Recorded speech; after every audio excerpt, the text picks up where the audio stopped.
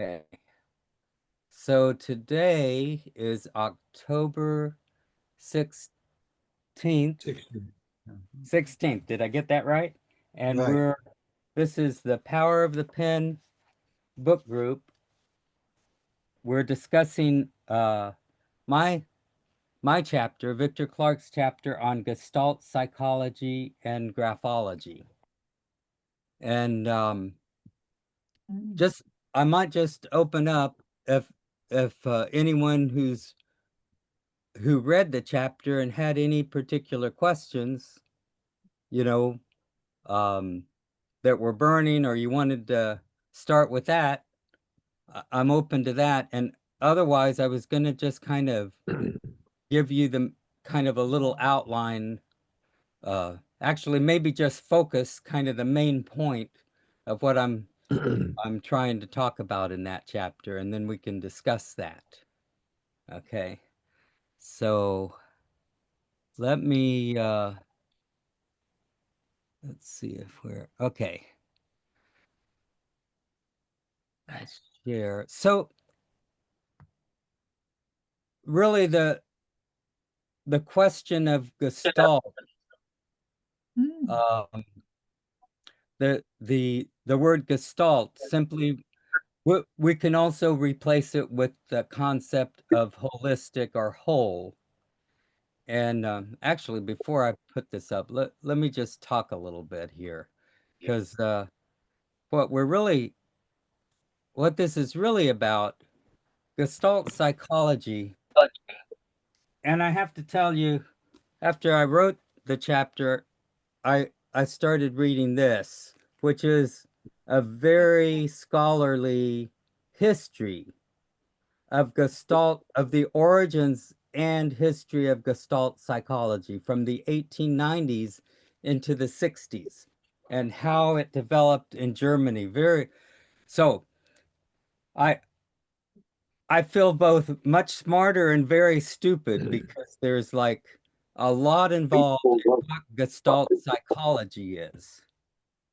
Um, what got me into this was that there's this concept of Gestalt graphology, that uh, the that Ahoff, um, is kind of associated with, primarily because there were people that were, I think it was Felix Klein and Calling Miss Tanya.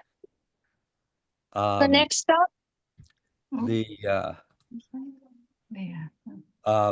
and Sheila Lowe has her her course is called Gestalt graphology. So I was trying to kind of like see what was the interconnection, and there is actually an interconnection. I won't go into all of the history, but basically you you can realize that Gestalt psychology was developing primarily in the 20s in Germany and the German-speaking countries. And by 1930, I mean, it was also predominantly, well, not a lot, because it was psychodynamic, it related to the psychodynamic and the characterology. A lot of the departments, um, basically because of the way the scholar system was, the university system was open to the Jewish population. Victor, Jewish professors, yes, yes, um, I plead ignorance. Can you tell me just yes. originally what does Gestalt mean? Gestalt is about holism, and Holism. it's contrasted with what's called positivism. Yeah, thank you for that question. Yes, Gestalt relates to the holistic view of the person. Okay, so it's associated with what we understand of characterology, which was a more holistic view of the person. The positivist psychology is more about personality traits. It's a Okay. reductionist view that looks at positivism, and the positivist psychology reduces the person to a collection of elements, and those elements are called personality traits. Okay. Okay, so Thank the you. That Gestalt helps a lot. psychology is looking, especially as it is applied to assessment, is about the holistic view of the person and how we're looking at the what Gordon Allport called in 1922 the undivided personality. Okay, because he had been involved with the process, like in the United States in the 1919, he had been working on his thesis that was about personality traits and developing the system of personality traits. He went to visit William Stern in Germany, who was and when he on his like a sabbatical or after his dissertation, and when he came back, he wrote an article called The Undivided Personality. And in there, he talked about form level as an example of the holistic view, and he contrasted it with the problem that psychologists, the reductionist psychologists were having with reducing things to personality traits and trying to build them into, like to describe the personality as simply a list of personality traits. So this is the thing behind the Gestalt approach, and the Gestalt psychology is working with the dynamic aspects of how all of these different, like how the characteristics that are going on in a person have a qualitative impact that is different than a description of comparing what, like the personality traits are a comparison of, they're called individual differences because you're comparing each person against a norm group or a group of people. And so you're comparing these observed differences between people. And that's called, and with statistical analysis, like a class grade. Okay, that's really the statistics is the standard scores that are like the standard class grades, where you're comparing a person has an A, an F, and in the middle there's C, D, C, and B grades. Yeah. I don't know what are the grades in England. That's but it's about the average of the class and then who's above average and who's below average. Those same statistics, that's how the intelligence is measured, by that statistical thing, the same thing. And those same statistics are used to measure differences between people. And so you have someone like you have, let's say, extroverted people. So you're going to put who are the most extroverted, and you compare that against who are the least extroverted, and then you can make a graded scale of how that is. And of course, the reductionist view of that is that you if you have less extroversion, it's called a trait, less extroverted trait, then you're going to be more introverted because it's the absence. See, so this is the reductionist way, the personality traits of measuring characteristics of a person. But an example of the Carl Jung's type approach is a more holistic way, because it's looking at how there are different functions or there are different characteristics in the person some of which are more introverted and some are extroverted, and the dynamic interaction of those functions within one individual establish whether they're more extroverted or more introverted.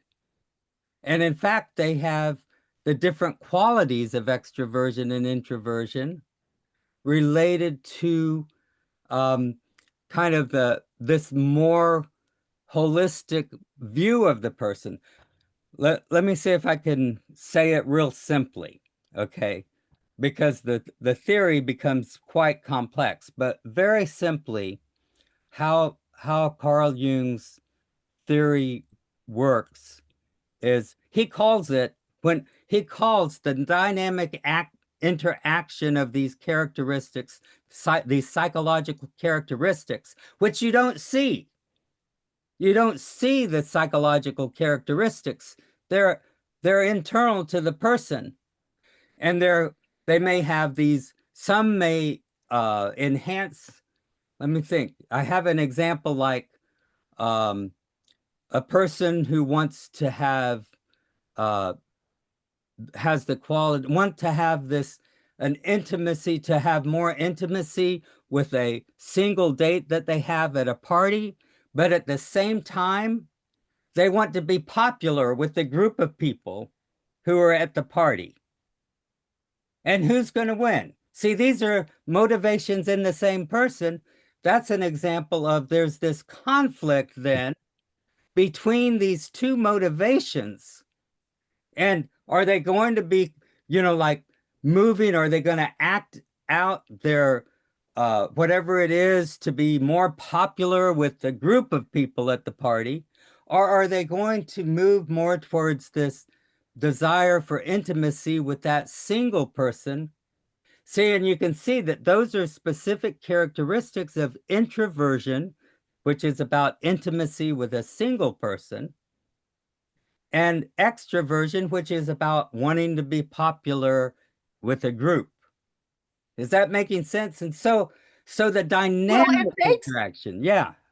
So I No, go think it ahead. makes sense the way you explained it, but for me, I wouldn't consider that a conflict, because if one of the things that I love most about my study of handwriting is that you tune in to what that person is really all about.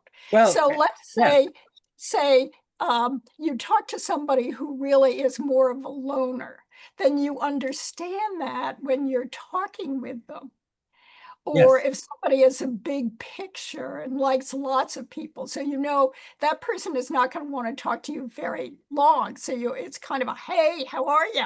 You're looking great, and then go on to the next person. Well, and that But is then assuming maybe you would sit right. down and really have a Yes, conversation with that's the person. assuming that those desires are not happening at the same time. That's the difference.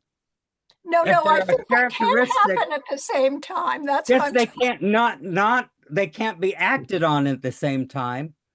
But this is what the dynamic unconscious allows. See, so I'm trying to tell you that that's what this holistic view is related to, that these desires are not fully expressed. You're talking about an expressed desire that shows up in the personality. You see what I'm saying? Well, It's I'm expressed. talking about looking at somebody's handwriting and Yeah. having the insight into their personality. Yes. And so this is a good point, because you see, this is that difference that Carl Jung's theory related to, and of course the psychodynamics, the psychoanalysis ideas which relate to an idea of the unconscious, is that that we sabotage what we are ambitious about if we have unconscious contrary desires. Okay? Wow, that's pretty heavy. It is heavy, but that's what I'm talking about. And you can see these things in the handwriting. It's a matter Yes, of you can. understanding how to place them, what kind of framework you're looking at to interpret it. And this is what I'm trying to say. The difference between trait theory, which is reductionistic, which focuses only on the expressed personality characteristics, and the holistic view of character that is looking at the psychological dynamics that are within the person that are not necessarily expressed in their personality, but their handwriting is not personality. Their handwriting is expressing their psychological state at the time of the writing. Yes, So I the- agree totally. And so the handwriting can be a window into what Yes, is conscious and what is unconscious to help for the person that is like looking into these dynamics to be able to examine them pretty directly, you know. But Yeah. but the difference is, and this is the piece, see, uh the issue is that after World War II, basically the positivist psychologists have dominated our psychology and our assessments, and our psychological testing has all been like dominated by this extroverted view of, personality. And so this is why graphology has been a uh, second class citizen for so long. After World War II, it was more uh, in the United States, especially, and then like actually later in Europe, it kind of the same kind of attacks by the psychometric, extroverted positivist psychology had was attacking both the psychodynamic views and the graphology. So it's not so, it's. well, I do know that President George Bush really believed in handwriting analysis, and he would frequently get the handwritings of various Mhm. other heads of government Yeah. and people he wanted to study. So let me check in. Is this making sense about how the personality trait view, which is basically you're looking at what are the expressed characteristics versus the character, or the holistic view that's looking at, Carl Jung called it the whole self or the self, but it was also called character or character structure. And the that holistic view is recognizing that that you can be using the handwriting to access what's going on inside the person and not just looking at their personality characteristics they're expressing. Does that Now, make sense? Yeah, I Yeah. agree. Questions? A question, Victor. Yeah. I mean, when we look at the text persona, does that in any way differ to, I mean, how you want to be seen by others versus the actually are? That's what we're When you mean like the handwriting, when you look at the actual handwriting? of a text versus how the individual signs a. Oh, Sometimes I the see. conflict shown there is that to the That's an example. It could be an example. It depends. Whenever the handwriting is showing that they're wanting to be more ambitious, or they're showing like they're signing differently than the way their normal writing is. Yes, exactly. they're doing something different, exactly. But it's also within the handwriting itself. Let me demonstrate. There are aspects of the handwriting that are under our control. Those aspects of handwriting that are more under our control, that's more conscious, that that can show, you know, what our ambition is. Think about the T crossing. The T crossing is a good example. You've gone through everything, you're coming back. T crossings are much more under our control than, say, the pressure. Pressure people don't even notice in the hand, you know, when they're writing, how much pressure they're exerting or how little pressure they're exerting. So there are aspects in the characteristics, you know, in the handwriting itself that are basically automatic. Those automatic aspects of the handwriting can be revealing about the unconscious aspects in the writer. And those things that are more within control, like slant, perhaps, you know, and you can kind of see, you can see in the writing where people are working towards more control, or they're changing something in the writing and it's got more control over what they're doing. And so there itself, just between what they're consciously indicating they're driving towards and what their automatic unconscious nature is expressing, can reveal whether there's a conflict or not. Now, I was using conflict because that's the thing that you can notice, you know, like it's like, okay, there it is. That explains there's two things going opposite. But there's also things that can be enhancing each other. You know, characteristics that can amplify or increase the likelihood that they're going to be expressed or expressed more strongly. And so this is what Carl Jung was talking about as complex, as a psychological complex, the dynamic of these things, the desires that are pulling together and those that are pulling separately, oppositely, or maybe tangentially, and how that becomes established. Now this is the key of the Gestalt.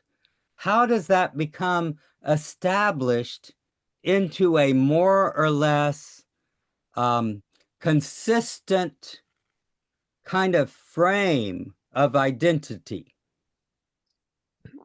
Okay? And that's a Gestalt. That's kind of like there's a certain stabilization that happens within the person's psyche whenever they've, you know, they're as opposed to when there's like a dynamic going on that is destabilizing for the person.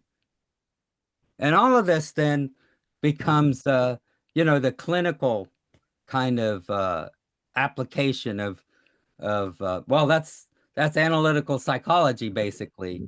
You know, whether the person has stabilized their identity structure or whether they're feeling destabilized.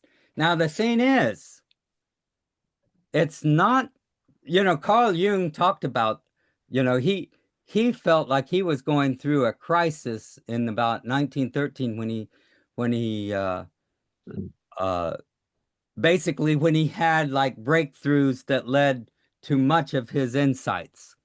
Okay, so his philosophy about this is that it's not necessarily a bad thing for your character structure to be destabilized, because it can be a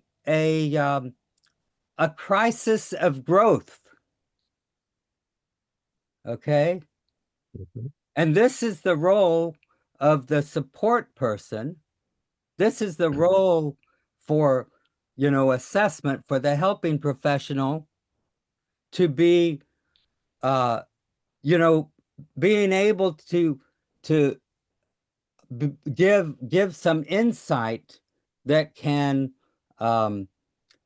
reassure that there's this natural transformation that is a part of maturing.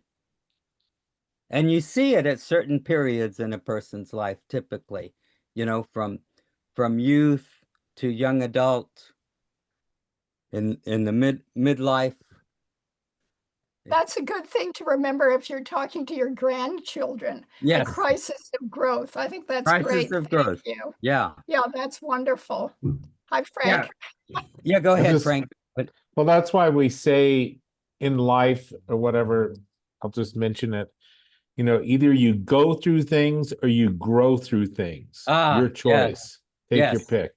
Yes, that's And a once- really good point. Yes. And once I learned Great. that, I said, "Oh, yeah, Mhm. I gotta." So I've known that for Yeah. many years now, and Yeah. I've learned to grow through things. Yes. And in fact, that points out an important part of this whole holistic approach is that your will, your consciousness has an important aspect in how the development unfolds. See, so like you're saying, when you have this attitude, okay, I'm going through a growth, and it's giving you kind of this ability to move with it. And that's just simply in the attitude.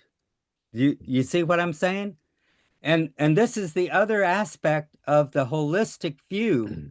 It has to do with that a recognition of how the will is a part and an important fundamental aspect of how we develop. And of course, Mhm. the will doesn't mean, you know, do or die. The will is about an acceptance and a consciousness and a, you know, kind of A like, way of thinking about things. yes, exactly. And as we also say with regards to attitude, your attitude determines your altitude. Hmm. Yeah. You know, there's a lot of ways to think about things that can help make things function better in your life or have your life better. I mean, Yes. things happen in this world, you Mhm. know, and have happened. And if you read a book like Man's Search for Meaning or something, you know, Yeah. you see a guy that's Mhm. going through something pretty horrible, but he's also growing through it. Very interesting. Yes. Yes. And Me. go ahead, Carl. When you're finished, No, go ahead. That's fine. everything you've been saying was, to me, it has the makings of a great book I was just thinking the same. of what is, you know, it would be handy for us to know what's conscious and what is unconscious. Yes. Like Yes. T-bars, pressure, rivers, all these things are unconscious. And if somebody would delineate that in a book, I think it would make a very handy guide. I got what you're saying. Hope I actually have written several Uh-huh. books, and there's a catalog. My character is Adelaide Stubbs, and she's a handwriting analyst, and she solves mysteries through her handwriting. Claire S. Cabot, available on Amazon. Okay. Yeah. But So I'm not as detailed, so I'm working on another book. I've got to ramp up my yeah. tell. Well, Carl, I do am working with the curriculum for teaching this. So a book will probably be along. Yeah. So you know, the key piece here that I want you all to get is that as graphologists, there is more information that you can be able to see and use. And of course, you know, yes, I can write, but this is already available. The concepts of characterology, the characterology that the Dutch graphologist Jens Wendelleef, for example, is talking about here. He's working with the characterology approach, which is more holistic. the graphology that is being used in the United States, most graphologists don't know it, but it, embedded in the methods have been preserved, these holistic approaches. And it's why graphologists have such a hard time with the psychologists, because the psychologists have turned people into things with their reductionist science. And the Gestalt psychology, the original I don't know, you may have heard of like Gestalt therapy and Fritz Perls, and the thing is, people take the words and then apply them because they're trying to put it on to what has become a reductionist psychology of the person. And the reductionist psychology is not going to provide a framework that allows this holistic, positive, the kind of the human, person-centered approach that the Gestalt psychology was working with. And that's kind of my main message here, to just kind of become aware that when we're using these words, personality trait, and I see it, personality trait is sort of used vaguely among the graphologists, but it's not. Personality trait is a statistical measurement among the psychometric test psychologists, and it has a particular meaning, like the 5-factor personality traits. And so what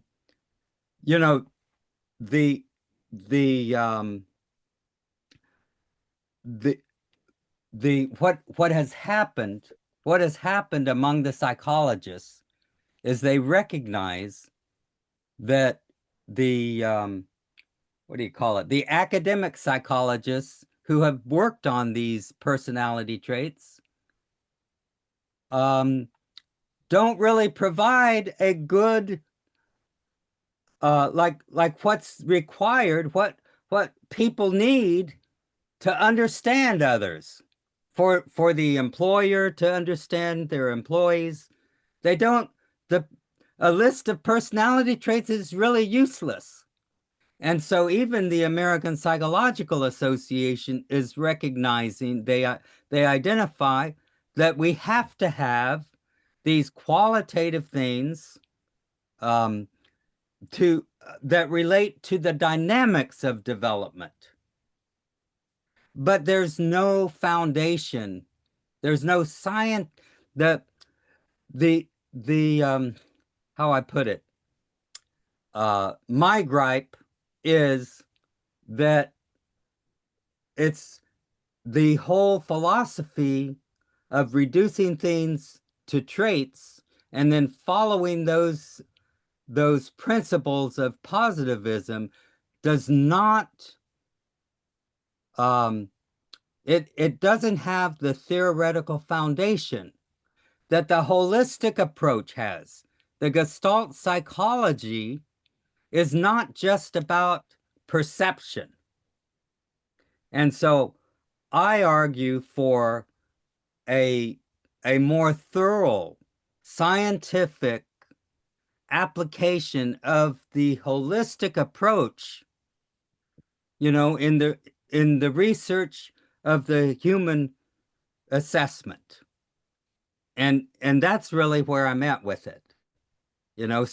So the graphology isn't like this pop science thing. There's a foundation of research related to what we're actually doing. And it fits more, it comes out of this more holistic approach of the scientific foundation. And that's why, I mean, for years I was trying to figure out why the validity studies were a problem. And then I realized that it's the psychologists that have problems with defining personality, not the graphologists. Mhm. You know? So they're Oh. trying to say personality traits don't fit handwriting. Well, that's because personality traits are an artifact of their statistics. And handwriting is an expression of the psychological state of the person, how they're expressing. You know? And if they just, focused on the individual assessment and not on some kind of group assessment, there'd be no problem. It would be very clear. And anyone that works with graphology knows that. We know it. Yeah. Can I ask Right. a question? With regards to what you're discussing right now, with regards to the psychology, the analysis, and these things, once the analysis is done and the psychologist is there, is it better to just have verbal therapy, or should they also have graphotherapy? Does anybody know much about graphotherapy? Does it work? Can you fix maybe issues people have with their lives by simply fixing how they write certain things? And what are your Yeah. thoughts about that?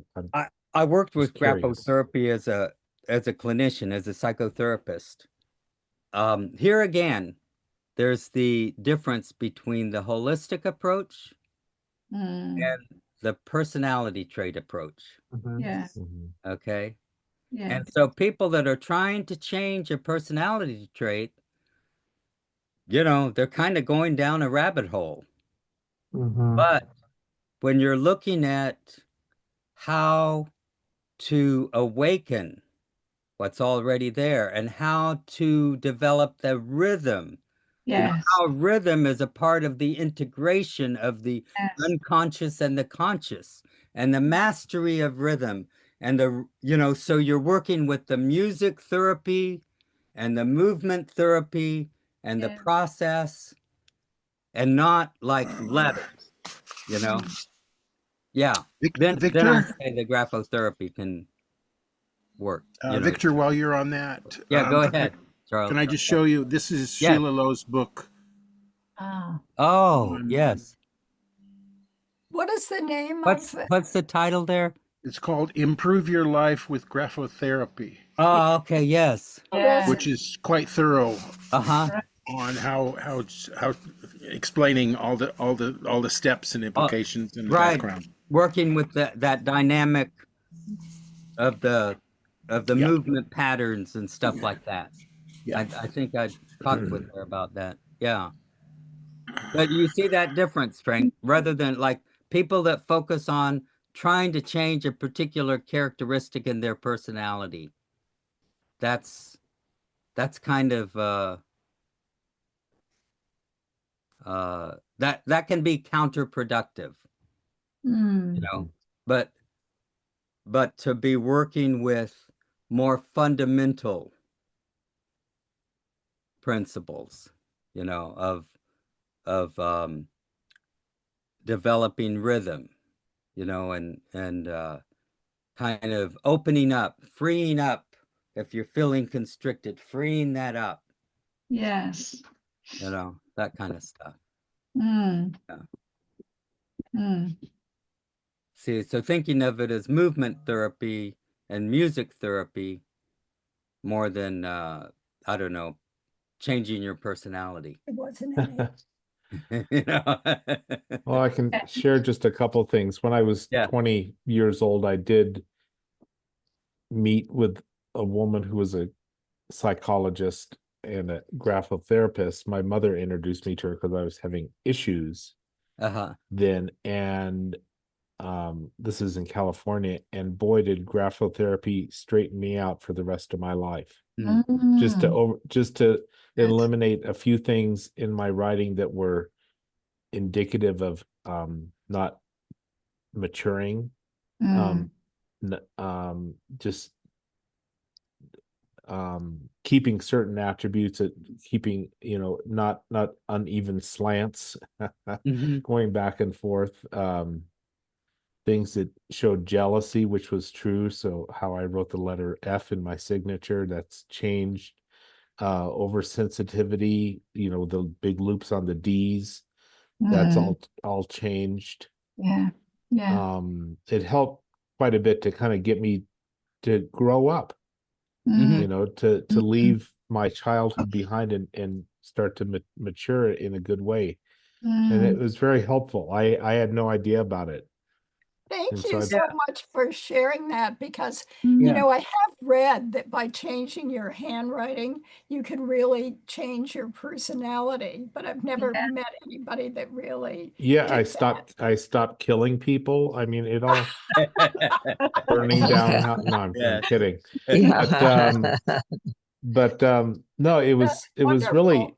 really impressive, and that's what kind of got me started in learning about handwriting analysis. That was in Yeah. 1980, a couple years ago. So mm, I, mm. I'm It curious. seems like it seems like it's Yeah. bringing to fruition your real self at its best. that's a Exactly. good way to put That's it. it. Exactly. Thank you. And not have to be someone else. You're just exactly wonderful as you are, but you Mm. might have some traits that Yeah, could improve.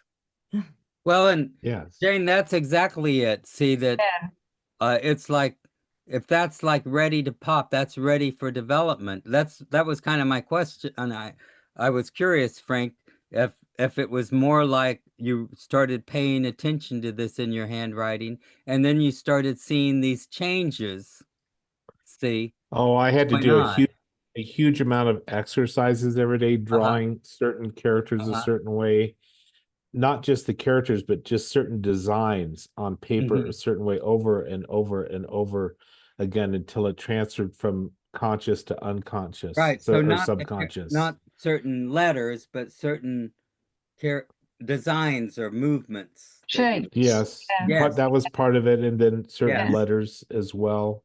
Mhm. But just a huge amount of it, like I said, so it would transition from conscious to subconscious, Mhm. where it Yeah. would just become, I Yeah. wouldn't even think about it anymore. Mhm.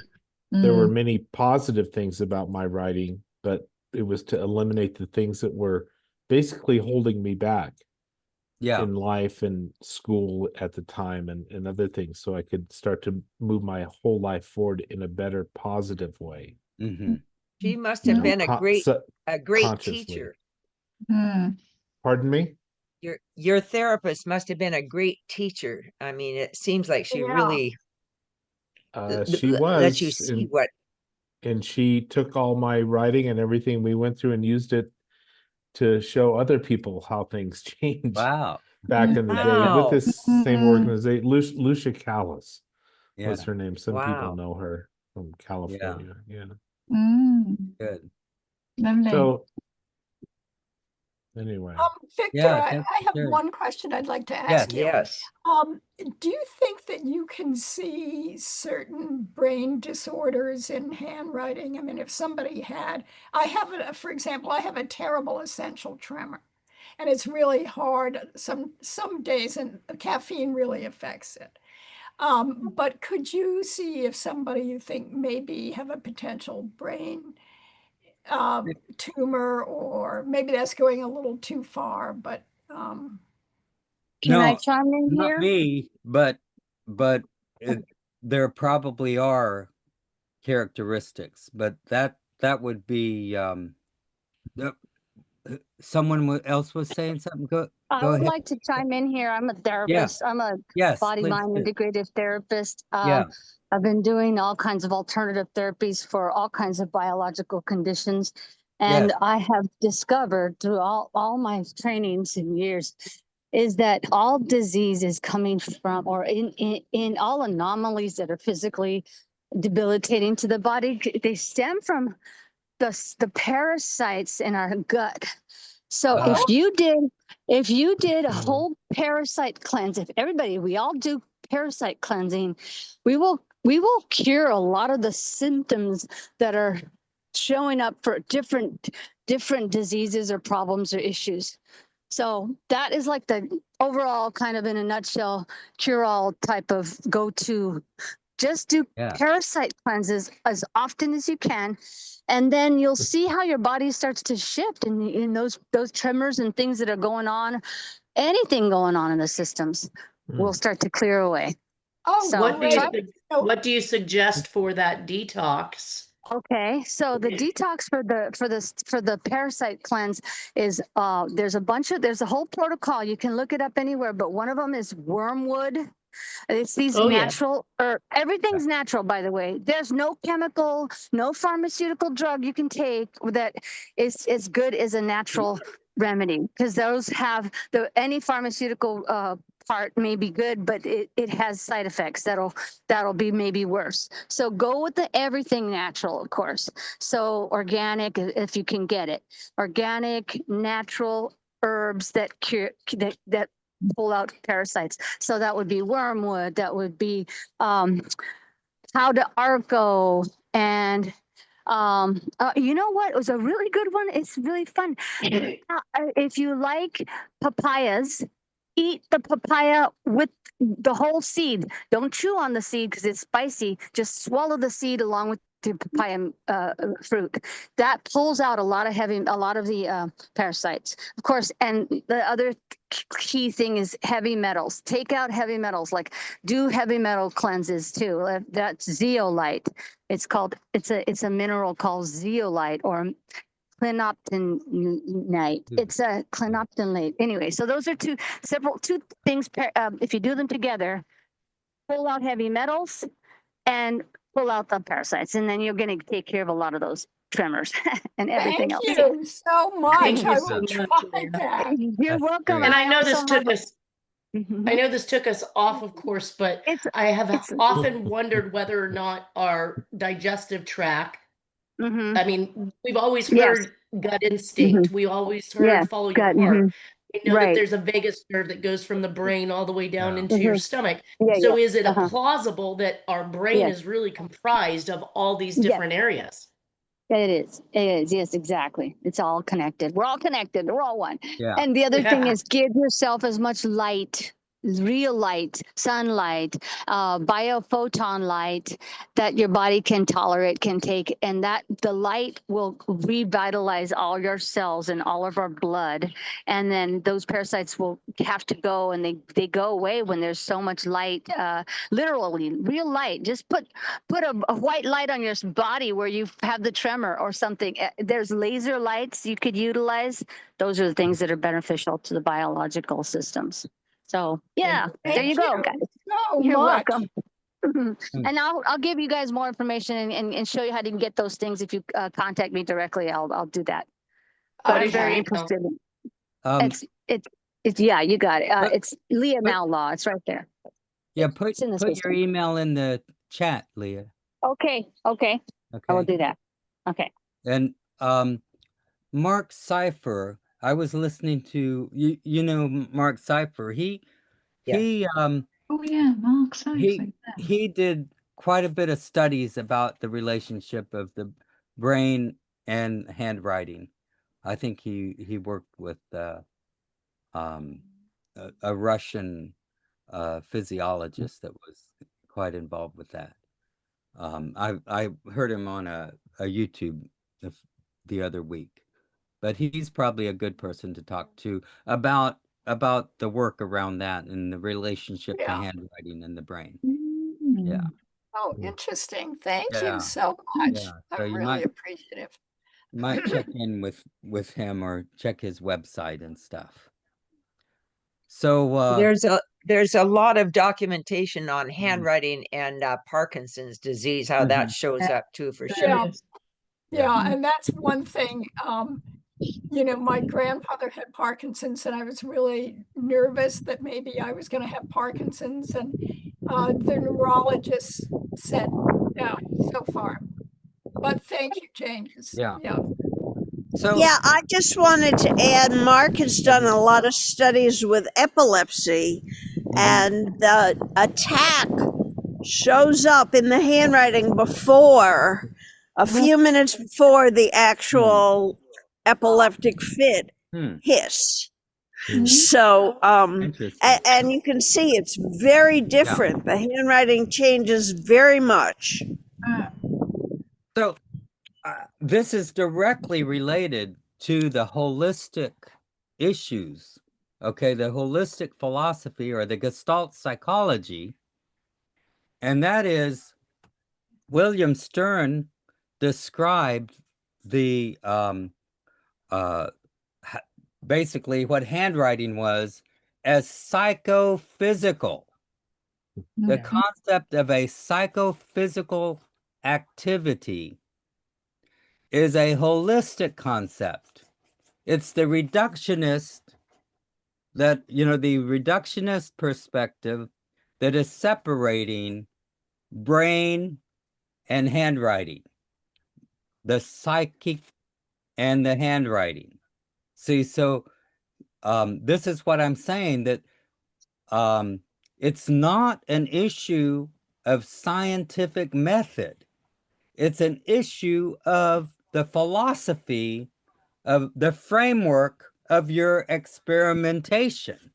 And if your framework is reducing things to, like, having this idea that you break it down to individual elements, and once you find those elements, you're going to know everything, as opposed to seeing how it's all working together. That's the difference between the Gestaltist and the positivist. Yeah. So seeing how it all works together, that's about psychophysical, because it is working together. Yeah.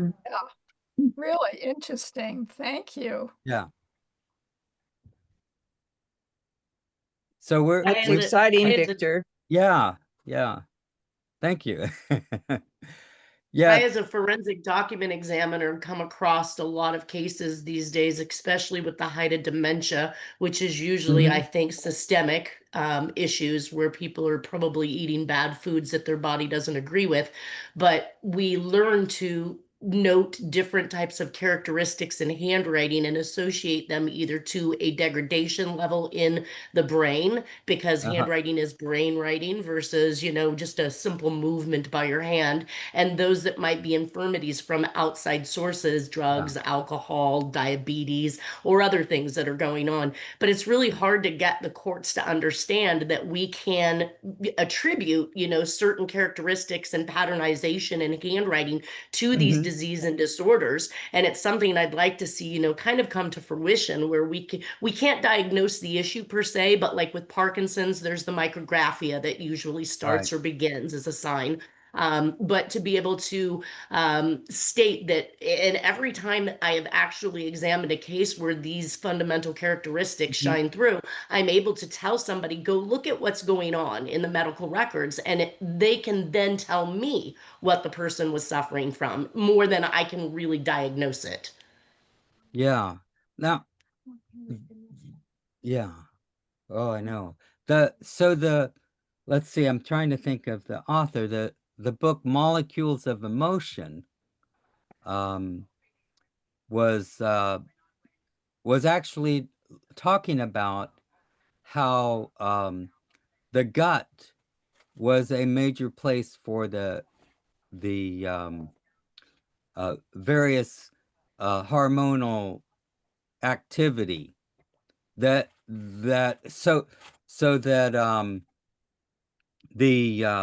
so that we're talking about the whole body is involved in a certain level of awareness about stuff, and again, this is back to this contrast between the reductionist science approach in biology and a Gestaltism philosophy approach in biology. And the fact is that, you know, you don't reduce things to a single cell. We're not a single cell. No. No. So that's part of what I'm trying to say here is that with graphology, it's just that we focus on, you know, the personality stuff and things like that. So we're looking at character and personality, a more holistic view of that. But we're also concerned with the science of biology, and medicine, and there we have this separation, how the positivist science has separated us out so that we're not even paying attention. You know, we call it alternative medicine or something, but we're not paying attention that laughter and the positive attitude, you know, can have an influence on our illness and our recovery.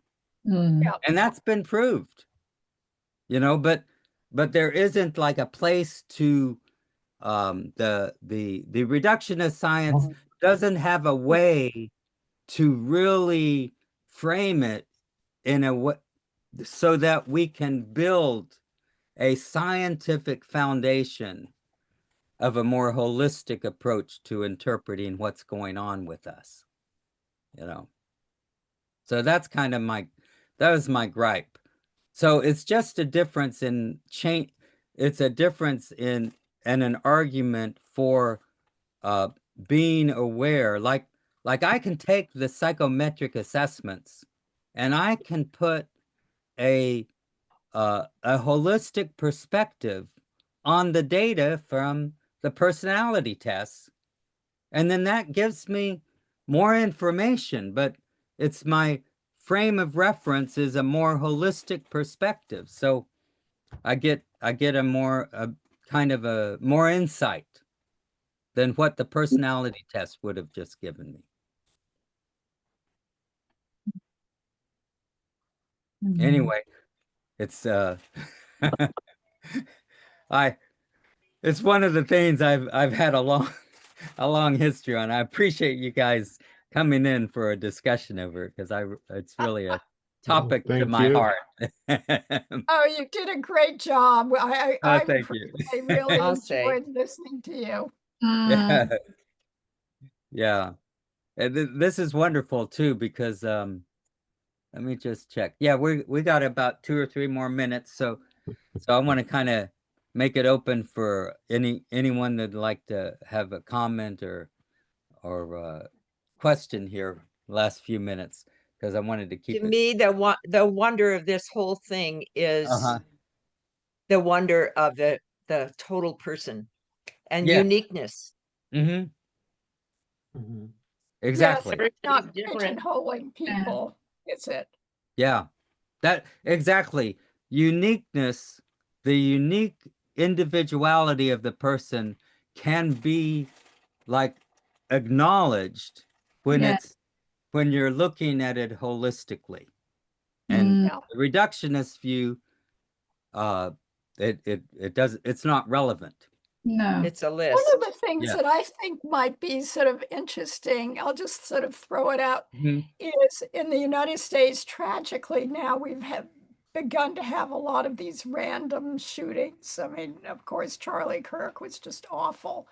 And I wonder if we tried to get handwriting samples from people that were assassins. And I would think you would show somebody who is overly domineering. But would anybody else be interested in seeing something like that? Yeah. You mean Yes. the person that did the assassination? Yeah, the person who was the perpetrator. Sounds In a sense, wouldn't they sounds be serial depressing to killers? me. And well, it probably is. You're right, Carl. Judy was working on, Judy Kaplan was working on a graphotherapy kind of manual for working with survivors of a school shooting type of thing. Oh, great. Oh, Yeah. wow. That would gosh. be Yes. really And- interesting. Yeah. Could we get her on for a program? I'm sure. Yeah, talk to her. Yeah, yeah. Maybe she could share the manual. I may have it a little bit off, but it was around. It was inspired, or she was reacting to the school shooting at a Christian church, and at a Christian school, and This is in Minneapolis. she wanted to or- do something about it. and Yeah, she- yeah. Mm, yeah, Oh, good for her. yeah. So mm, um the the thing I know about, regarding Yeah, kind of violence, political violence, there's candy in the fridge. is the In the The- fridge. the study of the authoritarian Oh my character, God. which was something that was being done in Germany, in the German-speaking countries, and especially in Germany at Frankfurt University, especially in the 1920s. And of course, But- that department was, I'm sorry, is Well, that, I was in Germany, 1920s. What more can we say? yeah, and yeah, I mean, basically that department, I think it was called, in English, it would be like something like social research. Okay. mm, But that department was completely outlawed. It was removed right. whenever the Nazis came to power, specifically because it was addressing the characterology Yeah. of what was going on in Germany in the 1920s, in the late 1920s, with the rise of this authoritarian. And see, the authoritarian character is not just simply about the leader, the cult leader authoritarian, but those that follow, that become Oh, cult really? followers. Mm, Yeah. Oh, interesting. Yeah. The new school of social research, I believe, was like, had a lot, like was trying to bring over a lot of the professors from there. Because a lot Can I of ask a question? yes.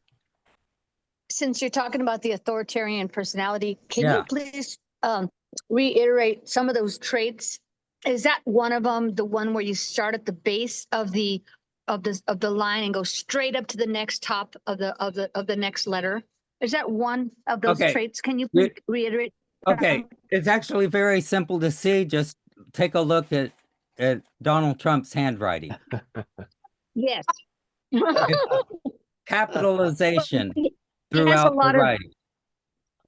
Capitalization when you're Like using capital letters, yes. Mhm. And so it can be Okay. occur when you can have odd capital letters in the middle. You may have other letters, you may have small be writing or something, and then all of a sudden you got capital letters, or you have a capital letter. So it's kind of evaluating that kind of stuff. But Okay. yeah, that would be the most indicative of it. Thank you. Yeah. And I think, am I right in saying that they've done studies of these shooters, these young shooters, and there's a connection with being on antidepressants? Oh, Exactamente. yeah. That's why they were outlawed in the military. They didn't want people taking those drugs anymore because guys in the military would start shooting people. Wow. Yeah. So they're not allowed to take that anymore, but they're allowed to have kids take it and then go to school and shoot people. Like Yeah. that guy down in Fort Hood, Texas. Yeah. Sorry, what drug is that? The neurouptake inhibitors, Oh, like antidepressants. serotonin? No, Could the be. antidepressants. Yeah. Is it the NSAID? NSAIDs? That's one of them, isn't it? SSRI, you mean? Yes. Yes. Yeah. Yeah, that's a serotonin reuptake inhibitor. Yes. Yeah. Yeah. Oh, that's really interesting. What a great insight. How terrifying, though. Yeah, how come that's not ever in the press, huh? That's how No. much Exactly. power pharmaceutical has. Well, Yeah. Exactly. Mhm. The other thing about the pharmaceutical drugs are every single pharmaceutical drug has a side effect that is worse than the drug what it's trying to cure you for. So Exactly. there's been unlimited studies of pharmaceutical drugs, and there's no benefit to any pharmaceutical drug. If you want to heal something, do it all natural, never with a pharmaceutical Yeah. drug. And if you're taking pharmaceutical drugs, by all means, as soon as possible, get off of them and get natural remedies for those conditions, which That's I have. exactly what I do. Yeah. How Yeah. Well, about Everybody's I just getting have to conscious. mention that that's an Yes, Ed. individual response. Not everyone reacts the same to the same drugs. I have to point Exactly. out that here again, we're dealing with a reductionist science. Yeah. Yeah. Okay. Yeah. Medicine. Yeah. Yeah. Yeah. I'll tell you, we're kind of in the dark ages. I feel like that Dr. Bones on Star Trek, you know. When are we going to get, serious science Yeah. to help people? I mean, I just have to say this, that it's true, there are many side effects, but different people and even different animals have different reactions. And just a Yes. week or two ago, I heard about a pit bull that had a lot of emotional outbursts, and they put her on Prozac, and she became very docile and no more problems. this is So, the dog? so Leah, I Oh, agree my. with your premise in general, but it's not true all the time. Correct. It's about biological individuality is all I'm saying. There is Yeah. To each his biological own. individuality, and the method of reductionism doesn't really work very well with biological individuality. It tries to assume on a statistical thing, an statistical aggregate. That's why they do these large-scale studies. And so an individual may react differently. A particular individual may react differently to the same drug that, this aggregate of people basically were okay with. So that's what I'm saying. And you can't study that by a statistical aggregate. It's a different Nope. perspective. You can still study it. You can study it when we develop, when we apply a scientific paradigm of holism, that's a holistic perspective. So that's the drum I'm going to keep beating. Love it. Yeah. Thank you, guys. Victor. I appreciate. Thank Oh, you, it's Victor. a wonderful session. Thank you, everybody. Yeah. Thank you. Thank you, Victor. Always fun to Definitely. see everybody. I loved it.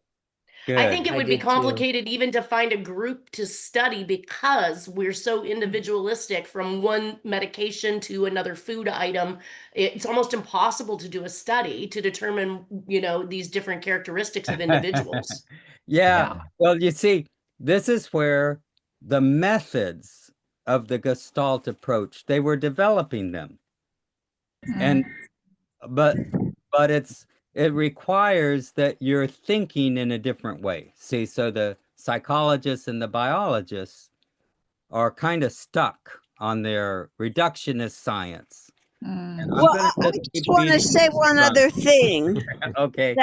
That sometimes the drugs work for people for a certain length of time, and then they stop working for no known reason. Yeah. And I knew someone who was on, I don't remember what the drug was, but she was fine for 20 years. And then one day it just stop working. I And think, yeah, I think physicians, like graphologists, are consultants, and they have to just take the science, what they can grasp, what they can understand from the studies, and then work individually with the person, you know. well, We're- medicine is an art as well as a science. That's Yeah. true. Yes. It's a very random So- thing. As we say, Yeah. you know, if your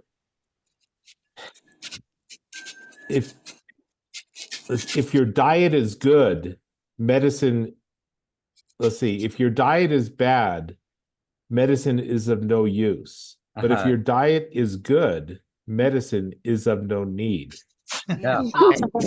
That's So, good. you know, Well, that's nutrition's gonna be important. Nutrition, diet is all kinds of things. What you read, hanging out with people like you is a very good diet, I'm finding. And so forth. There's a lot of things to diet, of course, but Yeah. nutrition is always going to be important. Has I'm anybody? glad I got up Anyway you this morning slice and it. had a carrot and a piece of broccoli. It seems to Yeah, always I come had a back to the steak. stomach for us. Well, I you kind of know, agree. I like that. the same, Can you, I can mean, you this, endure one? Go Can ahead. you endure one more horror story? Yes. Yeah. Yes, of course. Okay, I'm 88 years old and my eyesight's beginning to diminish a little bit. So I went into the internet and I found out that vitamin A is very, critical for good eyesight and improving your Yeah. vision. And I Yeah. went out to a store and bought some vitamin A pills. I took one pill for 2 days. Almost immediately I had a headache centered around my eyeball. Whoa. I thought, no way I'm foot fiddling around with this stuff. I've only Wow. got one pair of eyes. You really got to be careful and You have. research this Especially with stuff. vitamin A. But Yeah. Yeah, Mm, yeah. mm. So anyway, that's my horror story. not, carrot. It probably had it had some toxic other things in it. Sometimes they put vitamins and then they put toxic substances in it. Mm. If you can find it all natural, you might get Well, better they say results. if you got a And one good of them is- diet, you don't need to worry about pills. No. That's Your right. diet will take care of it. That's good. that's Yep. I that's think I the do. plan, Stan. it just like with medicine, the same diet isn't necessarily good for everyone. No. Correct. And Wow. now there's a whole new study based on your genetics, what Mhm. foods Mhm. and other things are good for you and what aren't. Have Mm. any I'd of say you test read- it yourself. Studies are still Western medicine. And if you cut out all the things that are kind of, well, I use a book called The Plant Paradox, and he knocks you back to a regimen for about 6 weeks, and then you can introduce back in some of your favorite foods. But like a baby, you're only supposed to do one a week so that you can determine which one makes you feel ill. If it makes you feel ill by your burping, your indigestion, heartburn, diarrhea, gas, any of these things occur from trying that new item back into your diet, then you cut that out because your body doesn't like it. No. I'm sorry, what's the name of the book again? The plant It's called The Plant paradox. Paradox. The Plant Pretty- Paradox? Correct. Pretty good book. I've read that. Not to Okay, get- I'll check it Not to out. get too distracted, but have any of you read about the blue zones where people routinely live to be in their That's 100th Yeah. grade? propaganda. Pure Yeah. Oh, you propaganda. think so? No, so. Really? Yep. Have you been to Loma Linda or any of the other places? Why do you think? There are plenty of populations on this planet, groups of people who eat nothing but beef, pork, and they're perfectly healthy. The Correct. blue zones are again the group promoting plant-based diets. And I don't like that. Mhm. Not good I science. think that if your animal is eating what it's supposed to be eating naturally, then it's probably safer for your body to consume. Absolutely. But our problem is that our animals are fed garbage, soy Yeah. products, and My animals unworn. eat marijuana, so I'm doing My mother lived There to you go. 100. I'm kidding. I'm kidding. My Hemp mother ate back all when that it stuff was- and she lived to 100. Well, one of the things that it really talks about, not so much diet, but the biggest single thing is really a sense of community. And Ex- I want to thank all and every Exactly. single one of you, because even though I've never met you in the flesh, I look so forward to these meetings and seeing the same Yeah. faces. And Mhm. it's I think it's really nice. My That is my important. last name, by the way, is Cabot, C-A-B-O-T, not C-L-A-B-O-T. I don't know Okay. what happened there, but I'm gonna stop the recording here and okay. let me just